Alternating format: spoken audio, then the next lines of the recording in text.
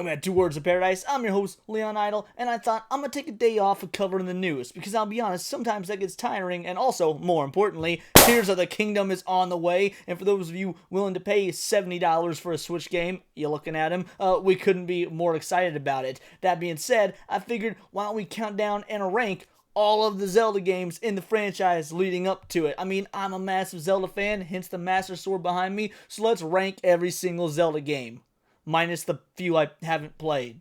Same rules apply as last time when I did my Resident Evil ranking video. If you have not watched that, after that, check it out. But yeah, we're gonna go through. We got God tier, A tier, B tier, all the way through garbage tier for F, and then a haven't played tier. Since I do love Legend of Zelda, it is not my favorite series. Again, that's Resident Evil. It's probably my top 3, maybe top 5 range. There are a few more I haven't played, unlike Resident Evil where there was only 2, but I'm still gonna get most of them in here. So let's start her off. Let's go with Triforce Heroes, since it's the first on the list.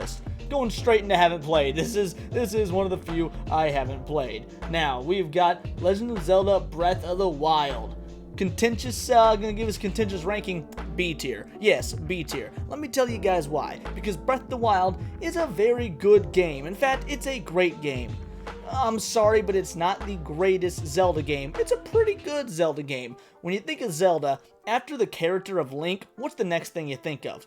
The soundtrack. Zelda got the most iconic music of probably any franchise out there, and this game is just devoid of it. On top of that, there's a lot that this game does really well, but it doesn't feel like a Zelda game. And I know that breaking up the formula is good, and I do appreciate that, but I hope that the Breath of the Wild Tears of the Kingdom formula doesn't become the norm, because there's something about that classic Ocarina of Time or even Link to the Past formula that, well, that is Zelda's identity. Also, no green tunic as the main outfit. Sorry, you automatically lose a rank based off that. I should put you in C tier, but I'm gonna be generous. Legend of Zelda the Minish Cap. That is also going into B tier. This is probably my second favorite 2D Zelda game ever created. That being said, just because it's my second favorite doesn't necessarily mean it's perfect. It was created by Capcom and just overseen by Nintendo, which is awesome. Y'all know that I'm a Capcom fanboy. And before Skyward Sword came out, this was originally the first Link, the hero of men. The story is actually admittedly pretty cheesy and child-friendly, even though I love it. And, you know, the talking hat gimmick, it does get old, you know, pretty fast. He ain't no Navi, let me tell you that. Listen! But all in all, it's a good game. It still visually holds up. I mean, if you've got an old Game Boy Advance SP and you've got this game, pop it in. It's very pretty to look at, nice and vibrant. I love the Toon Link aesthetic. But in terms of 2D Zelda games, while it might be one of my favorites, it's probably not one that a lot of people are clamoring to replay over and over. Not when, you know, Link to the Past exists. Legend of Zelda Twilight Princess. We got our first God tier. Our first God tier Zelda game. You don't get better than this. This is how you do a Zelda game in the modern era. Breath of the Wild should take some notes. Look, this game has everything. It's got music. It's got Link in his proper green tunic. It has probably the darkest story of any Zelda game out there. Visually, it still holds up, whether you're playing the HD version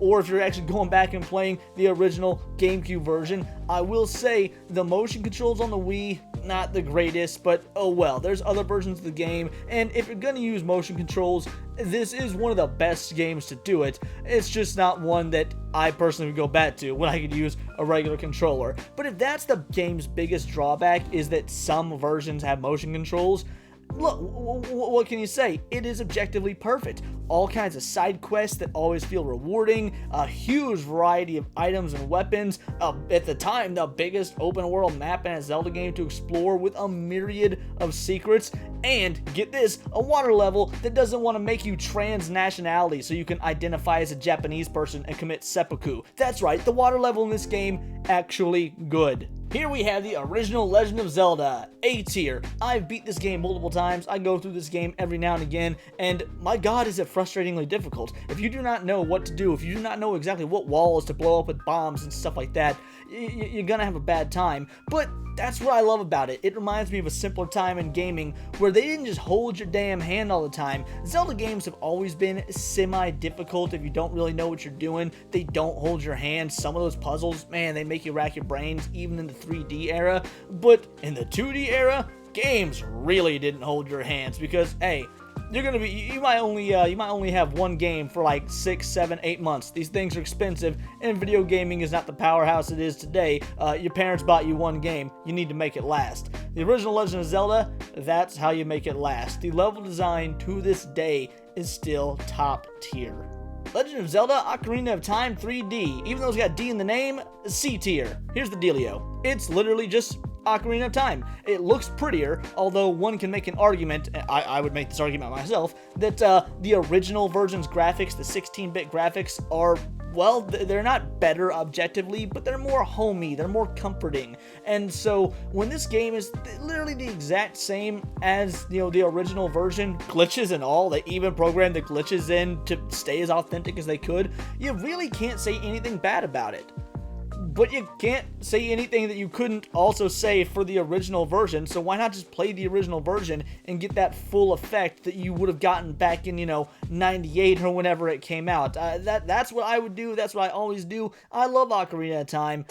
The 3D version, it looks prettier, and I'm sorry, if you can't look at a game with old graphics, you don't deserve to be gaming. Appreciate your roots, kids. Legend of Zelda Link's Awakening Remake. For literally the exact same reasons, this is going in the C tier. It's a remake, and it looks fine. Like, it's got this cool 3D range of motion, but again, it doesn't really do all that much more than the original Link's Awakening. And as someone who is a big fan of Link's Awakening, in fact, that was my very first Zelda game, at least that I actually knew was a Zelda game. I think I have younger memories of playing a Zelda game with the very first Zelda game with a friend when I was like 3 years old, like on a play date my mom sat up, but I'm not even sure if I'm remembering that properly. It could have been a Godzilla game for all I know. It was just, it was a Nintendo game, and there were monsters. I think I was playing as Link. Point is, Link's Awakening DX was my first real Zelda game at like 5 or so years old, and I love it. To this day, it is my favorite 2D Zelda game.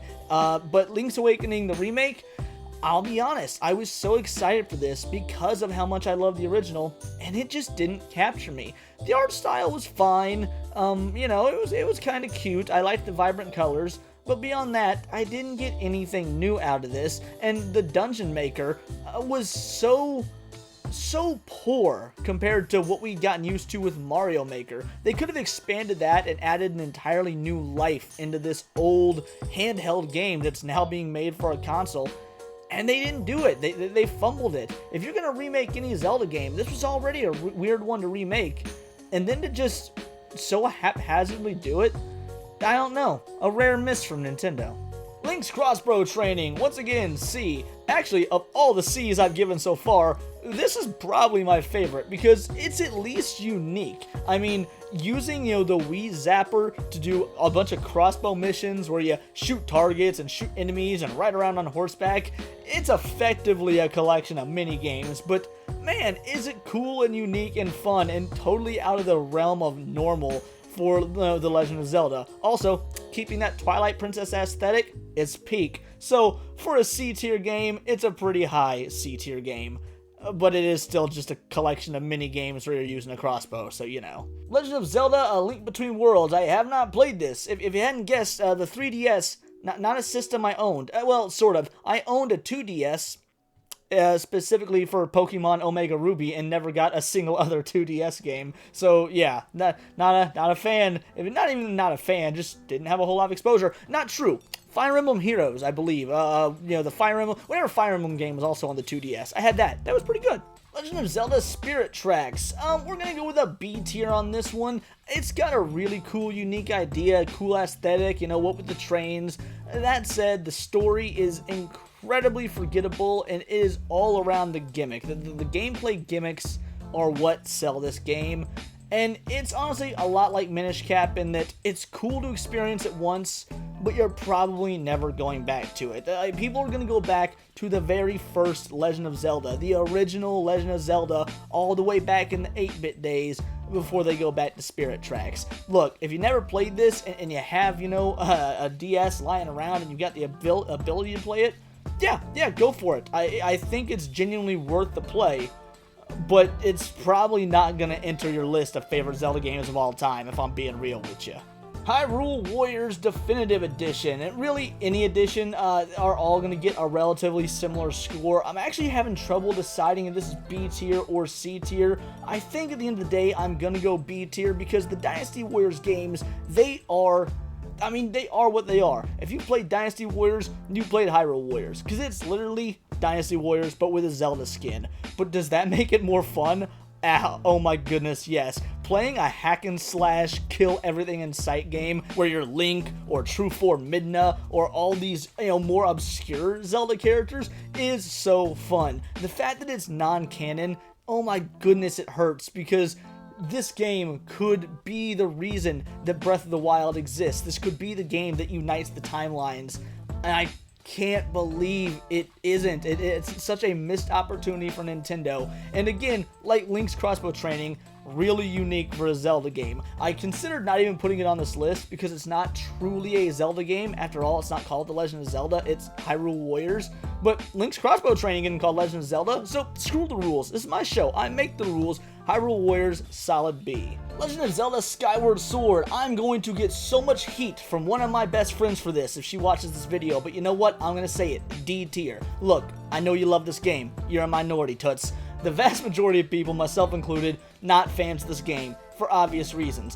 Color palette, oh my goodness, is it grating to the eyes. The story, it's fine, I guess, but my goodness, does it stretch on too long, and so much of this game could be cut with such better content. The controls, somehow the motion controls are more annoying than the Twilight Princess ones, despite this game using Motion Plus and, coming later. I don't know what people see in this game aside from the novelty of this is the first Link. But you know what? Even that's not that cool. This is the third time they've done that. At the time Ocarina of Time came out, that was the first Link. And then Minish came out. Now that was the first Link. So even the idea of this being the first Link had already been done. It's not interesting. Legend of Zelda Majora's Mask. Solid B tier game. I mean, let's be honest. A lot of this stuff, asset-wise, is all just reused from Ocarina of Time. But this game has an incredible story. I said Twilight Princess had the darkest story. I'm kind of recanting that and rethinking, and no, I think Majora's Mask might actually have a beat. If not, they're at least in neck and neck in the competition. This game has far less dungeons, only having 5 if I recall. It's been a while since I played it. But of the 5 dungeons, I mean, they're all memorable. And just tell me, the face of that moon coming down, tell me that don't haunt your dreams. This game, it's more than just a ripoff or clone of Ocarina of Time. Even though it uses a lot of the same aesthetics, it has its own identity, and I think this is where a lot of Nintendo players truly grew up.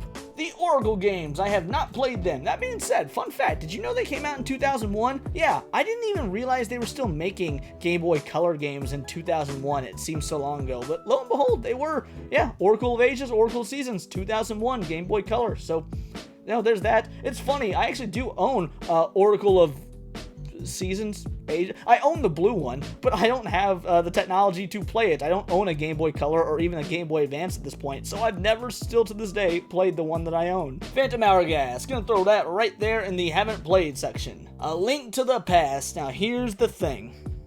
I'm going to put this on the list where it should go, but give a contrary opinion. God tier. This game is a God tier Zelda game, and everyone knows it. It is arguably, aside from Ocarina of Time, the single most famous Zelda game.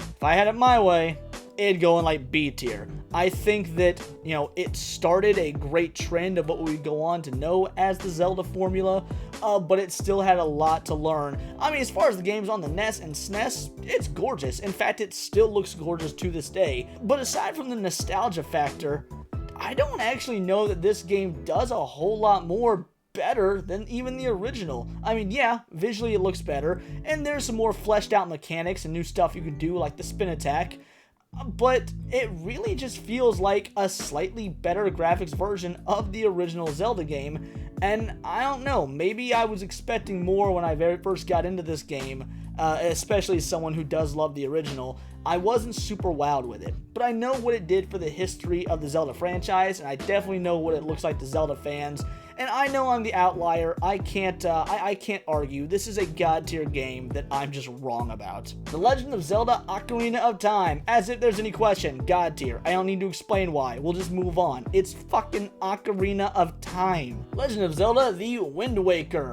A tier. And in all honesty, I'm going A tier because I don't know if there's a lot of division around this game or not. I remember when it came out, there was some division. People were very upset at the cartoony child friendliness. I loved this game even when it came out. I won't lie. I've thought that this was a very underrated Zelda game for many years. I think the tide is starting to turn where people are coming back to it and realizing they do love it, especially since it's been remastered and ported and stuff like that. But I've been an ardent defender of this game since the very beginning, and to this day I still am. Obviously I don't think it is god tier, but I do think it is of the highest caliber of 3D Zelda game we can get before we get to the god tier. So yeah, that's what I've got about Wind Waker. I definitely want to know your thoughts on that one in the comments below, because maybe this game is still divisive. I truly don't know, but it absolutely used to be. And if those sort of times are coming to an end and people are appreciating the majesticness of this game, then I'm all for it. The Adventure of Link, garbage. Zelda 2, worst Zelda game ever made, bar none. I will take the CDI games over Link's Awakening. How about a kiss for luck? You've got to be kidding. Because at least those are funny. They're awful but funny. Zelda 2, Adventure Link, this game sucks. I once had a prostate exam from a 90-year-old nurse, and I would rather experience that again than ever play this game. I own the Legend of Zelda Collector's Edition on GameCube that includes the first game, this game, and then the Majora's Mask and Ocarina of Time. Guess which game I've never played on that collection because I don't want to ever acknowledge its existence. Yes, Zelda 2, Adventure of Link. They couldn't even call it The Legend of Zelda. It's just Zelda 2, Adventure of Link. The only Legend of Zelda game in the full run of Legend of Zelda titles that isn't a Legend of Zelda game, just a Zelda game. Can this game do anything right? No, it can't. Moving on. Hyrule Warriors Age of Calamity. I'm very torn on this, because when I very first got this game, I enjoyed it quite a bit and would have put it in the B tier. Nowadays, I very much think it is a D tier game, because unlike the original Hyrule Warriors, this one is confined to a single time period, the Age of Calamity. Also, it's just not very fun. Like, I get Dynasty Warriors games are very repetitive, that's kind of the point, but you're far more limited with characters in this game, and the missions start becoming overwhelmingly repetitive with as many of them as there are. I don't know, I found the fun being sapped out of this game so much quicker than the original Hyrule Warriors, not to mention the fact that it's also non-canon, but they play up this really cool, big, unique story that if it were canon, would be awesome. But it's not. It's literally just hey, here's a fun time waster that is also only fun for about a week, and then after that you dread playing it. I think I got this game 88% complete or something like that. Like I beat the main story, but even after the main story, the game's only like 50% complete, and then there's all these additional side quests, and I grinded and I grinded and I grinded some more. And then once I was like 88%, I'm like, throw my hands up, throw in the towel, can't do it anymore. And I have not touched it since. Legend of Zelda Link's Awakening DX. I'm going to put this in the A tier. This is the ultimate 2D Zelda game to play. I get it. If you want to play the remake on the Switch, go for it. But honestly, that's like a 2.5D. I don't really know what to call that. However, you gotta honor your roots. And gamers nowadays that aren't willing to go back and play old games because, oh, it's slow, oh, the graphics are bad, you ain't real gamers. You don't appreciate where people like myself that grew up in the dark ages had to come from. And we came from places like Link's Awakening. I played Link's Awakening DX. That technically ain't even the original version. The original version isn't even in color. Link's Awakening DX, now it's in color. You can at least go back to the Game Boy Color and play that. This is a fantastic Zelda game. I don't know why its remake just doesn't hit as hard. But hey, being able to jump in a Zelda game, so nice. And last but not least, Four Swords Adventures. Solid C-tier Zelda game. There is one thing this game is good for. Flexing on your friends that you own it. Like, you're probably never going to go back and play this again after you played it once. It is definitely unique enough to warrant the one-time playthrough. After that, you're just trying to show off, be like, yo, look what I got in my Nintendo collection. And spoiler alert, your boy Leon here does own this game in his Nintendo collection. Get on my level, Zelda noobs. But yeah, no, I've played it. And it was fun and fine, and I'll probably never play it again, but I will flex on you plebeians that I own this game, because that's what everyone who owns this game does, because it's very expensive and not easy to find. But yes, that was the Legend of Zelda tier list. I know, probably not as dynamic as the Resident Evil tier list, because, well, there's a few more games that I hadn't played, but like I said, Tears of the Kingdom is coming out. I really want to do something to get pumped up for it, so maybe this will do it for you guys. I know it did it for me. I'm just as excited as I have been to play it. It's so close now, and who knows, you guys might not even get any videos for a week. I might be so wrapped up. Okay, I'm not going to go that far. But the point is, God, I cannot wait for Tears of the Kingdom. That being said, I really hope there's some sort of save file importation from Breath of the Wild, because if I don't get all my cool outfits that I spent so long working towards, I'm going to be a little miffed. Those are my thoughts, but let me know your thoughts in the comments below, or let me know on Twitter, where you can find me at BoltTheWord. And please do subscribe. We've gotten over that 800 subscriber hump. I can't believe it. We are that much closer to 1,000, so thank you so much. I can't believe we've gotten this far. It's all because of you. I truly do appreciate it. Be sure to check out Countercast Episode 2 coming out tomorrow, where I have on my guests Cult Classic Cage, Xeno the producer, and the creator of the Heaven vs. Hell trading card game, Defy Vader. And remember, it's all here in the Nerdosphere, and this has been Words of Paradise.